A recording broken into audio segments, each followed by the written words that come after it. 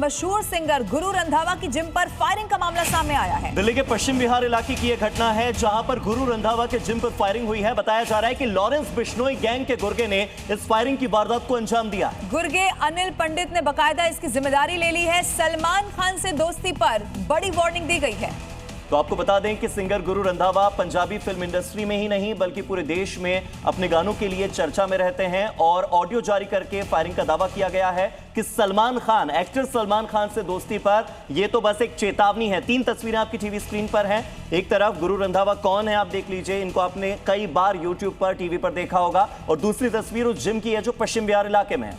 और उसके बाद जैसा कि लॉरेंस गैंग का हमेशा से ये पैटर्न रहा है सोशल मीडिया के जरिए जो जिम्मेदारी है वो लेने का। प्रमोद शर्मा इस वक्त हमारे साथ फोनलाइन पर मौजूद है। प्रमोद, क्या खबर मिल रही है? क्या इसका कारण सलमान खान से करीबी है, दोस्ती है? इसके अलावा क्या कहा गया है इस पोस्ट में?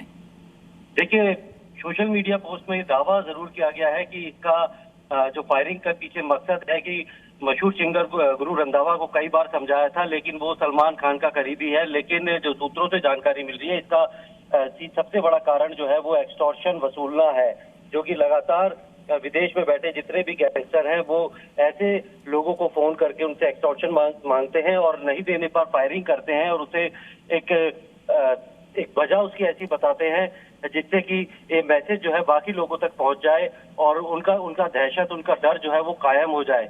तो गुरु रंधावा ये जिम जो है वो पूरी तरीके से मालिक इसके गुरु रंधावा नहीं है, लेकिन बताया जाता है कि गुरु रंधावा की जो एक जिम की चेन है उसकी एक फ्रेंचाइजी ली हुई थी और यहाँ पर फायरिंग करके एक मैसेज देने का काम जो है वो एक ऑडियो क्लिप और सोशल मीडिया पोस्ट के जरिए लॉरेंस बिश्नोई गैंग के अनिल पंडित ने जरूर किया है। और इसके अलावा एक फायरिंग जो है वो हरियाणा के हाथी में भी एक जिम संचालक की हत्या करके। प्रमोद, जिस अनिल पंडित का आप जिक्र कर रहे हैं, अनिल पंडित की क्राइम कुंडली क्या है? उस पर इससे पहले भी कई आपराधिक मामले दर्ज होंगे? देखिए, बिल्कुल ये राजस्थान, पंजाब, इन जगहों पर इनके ऊपर हरियाणा में। ठीक है प्रमोद, नजर बना के रखिएगा। फिलहाल शुक्रिया इस जानकारी के लिए।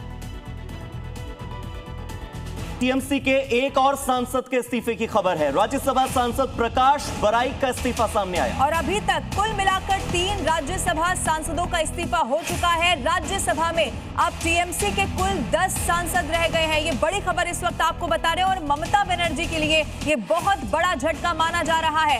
एक एक करके लगातार जो करीबी रहे ममता बनर्जी के वो अब छूटते चले जा रहे हैं। एक और राज्यसभा सांसद का इस्तीफा हो चुका है। तो ममता बनर्जी की पार्टी तृणमूल कांग्रेस में टूट लगातार जारी है। इससे पहले काकोली घोष के नेतृत्व वाले टीएमसी बागी गुट के जो 19 लोकसभा सांसदों की लिस्ट थी वो जारी हुई और उसके बाद अब राज्यसभा सांसदों की टूट का सिलसिला जारी है। ममता बनर्जी को ये एक और बड़ा झटका लगा है सांसद प्रकाश बराइक के तौर पर, जिन्होंने इस्तीफा दे दिया है टीएमसी से। 1 नहीं 2 नहीं, अब तक 3 राज्यसभा सांसद हैं जो कि टीएमसी छोड़ चुके हैं। देखिए, सिर्फ ये राज्यसभा में ही नहीं देखने को मिल रहा है, विधानसभा में भी इसी तरह दरार आ गई है। इसीलिए अब देखना होगा, क्योंकि अब बीते दिनों खबरें भी आई थी, ये कहा जा रहा था कि कोई विकल्प अब ममता बनर्जी के पास रहता नहीं है, सिर्फ यही है कि टीएमसी का विलय वो कांग्रेस में कर ले। हालांकि कुछ बड़ी मुलाकातें भी हुई, लेकिन इसको लेकर स्पष्ट तौर पर अभी कुछ सामने नहीं आया। इसीलिए कहा जा रहा है तृणमूल कांग्रेस की मुश्किलें लगातार बढ़ती चली जा रही है। अब राज्यसभा सांसद प्रकाश बराइक का भी इस्तीफा हो चुका है। तो ममता की करीबी माने जाने वाली जादवपुर से जो सांसद हैं सायोनी घोष, इसके अलावा यूसुफ पठान, शत्रुघ्न सिन्हा का नाम उस लिस्ट में शामिल था। फिर काकोली घोष ने दावा भी किया था कि 20 लोकसभा सांसदों के समर्थन वाला पत्र वो स्पीकर ओम बिरला को भेज रही हैं। आप देखिए टीएमसी में बगावत किस तरह से आउट ऑफ कंट्रोल हो रही है, क्योंकि भूपेंद्र यादव जो केंद्रीय मंत्री और शुभेंदु अधिकारी, उनसे भी मुलाकात हुई है कुछ नेताओं की। और बागी सांसदों की जो संख्या है वो इसी के साथ 19 हो चली है। दिल्ली में भूपेंद्र यादव के आवास पर बैठक की भी खबर मिली थी। अपडेट ये भी पता लग रही है कि इस बैठक में टीएमसी की टूट पर चर्चा हुई है। बीती शाम हुई बैठक में सायोनी घोष भी शामिल थी, जो कि ममता बनर्जी की सबसे करीबी नेताओं में से एक है।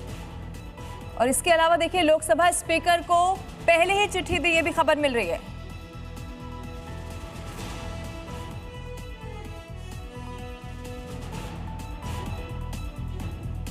तो आइए, इससे जुड़ी हुई कुछ और डिटेल भी जो मिल रही है वो भी अब जरा आपके सामने रख देते हैं।